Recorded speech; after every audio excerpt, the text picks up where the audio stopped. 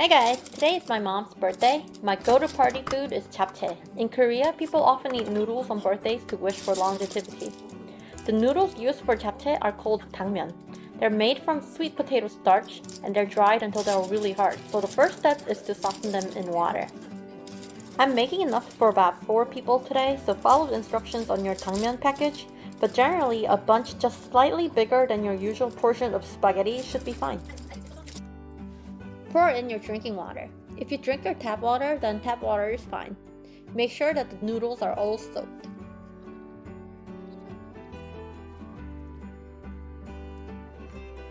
Don't mind the rice, guys. I'm actually cooking my dinner, so set the noodles aside. Next, I have the meat.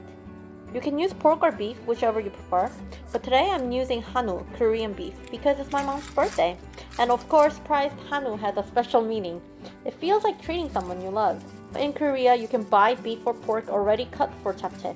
The general rule for all japchae ingredients is that they should be cut into thin stick-like pieces so the noodles and the other ingredients can be slurped together. So you can see here that I got my beef in japchae cut. You can of course cut this yourself at home. Break the meat up a bit because we want the marinade to seep in between all the pieces.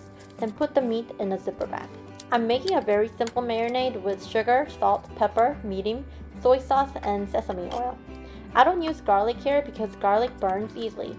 If you really want garlic, use garlic powder instead. If you don't have medium, which is a Japanese style cooking alcohol, you can skip it, but add a little more sugar. Now massage the marinade into the meat and set it aside.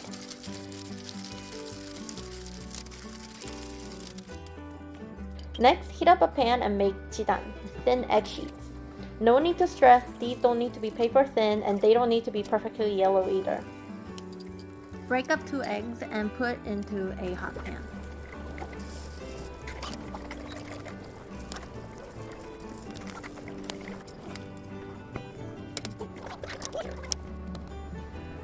Flip the egg sheet once, then roll it up and cut it into long, noodle-like strips.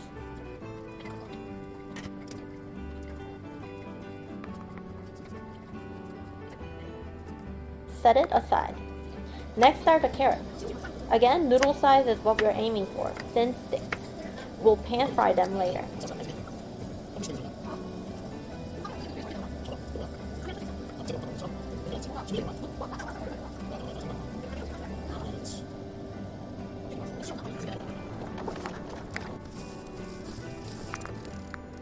Meanwhile, I'm bringing salted water to a boil because I'm going to blanch some spinach. I'm also slicing mushrooms for pan frying. Now in goes the spinach. Nobody likes overcooked spinach. Hold the stem part in the boiling water for about 10 seconds first because the leaves will wilt very quickly. After 10 seconds, drop everything in.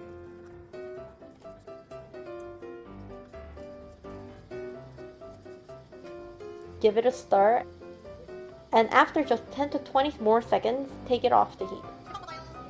Rinse it in cold water, wring out the excess water, and set it aside. Now we are going to fry. Add a little oil to the wok, and in go the mushrooms first.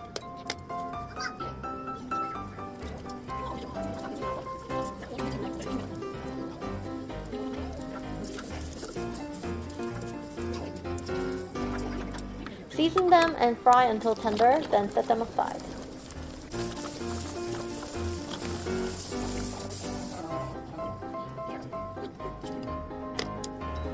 Same with the carrots, add salt, fry, and set aside. If I were being lazy, I could just fry everything all at once. But if it's a special occasion and you really want to show some love, season and fry each ingredient separately. The color and the level of doneness for each vegetable will be much better than if you just fried everything together. Next is the beef.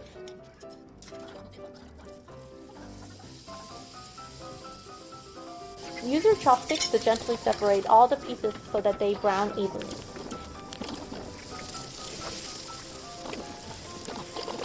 With the beef though, don't just pour everything from the pan into the bowl because there's a significant amount of liquid here.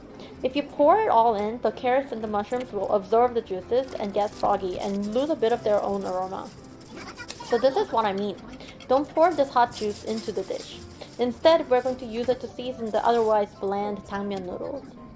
I'm adding the softened Dangmyeon along with the boiling water, sesame oil, and soy sauce. Some people boil Dangmyeon first and even rinse it in cold water before seasoning, but I find that when you cook the Dangmyeon directly in seasoned water and don't throw that water away, the noodles themselves become seasoned all the way through. That said, this method isn't ideal if you plan to eat leftovers, so choose your method depending on how you like to eat your japchae. As I said, these noodles are made from starch and I added just enough water for the noodles to cook in, so if you don't stir them well, they will stick to each other and to the bottom of the pans. So stir, stir, stir. My Dangmyeon is almost fully cooked now, and you can see that the water is almost gone as well. I'll put the recipe in the description below, but the exact amount of water for this method really depends on your heat and the size of your wok. So observe what's happening in your pan and add more water if needed. Now I'm going to mix all the ingredients into the Dangmyeon. The order doesn't really matter at this point, adjust the amount of each ingredient based on how your japchae looks. As I said, japchae is a party food, so presentation matters here. If you like the color orange, add more carrots. If you like the color green, add more spinach.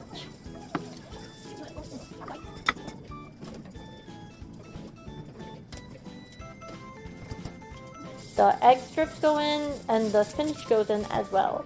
Make sure to separate the spinach leaves before adding them to the japchae.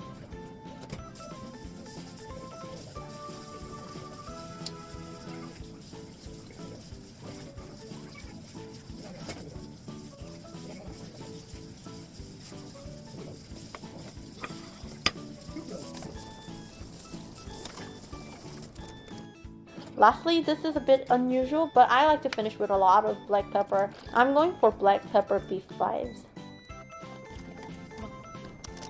And that's it. I would finish with a little more sesame oil and sesame seeds right before serving. So today we made party food japchae for my mom's birthday. I hope you give it a try on a special day as well. Happy cooking!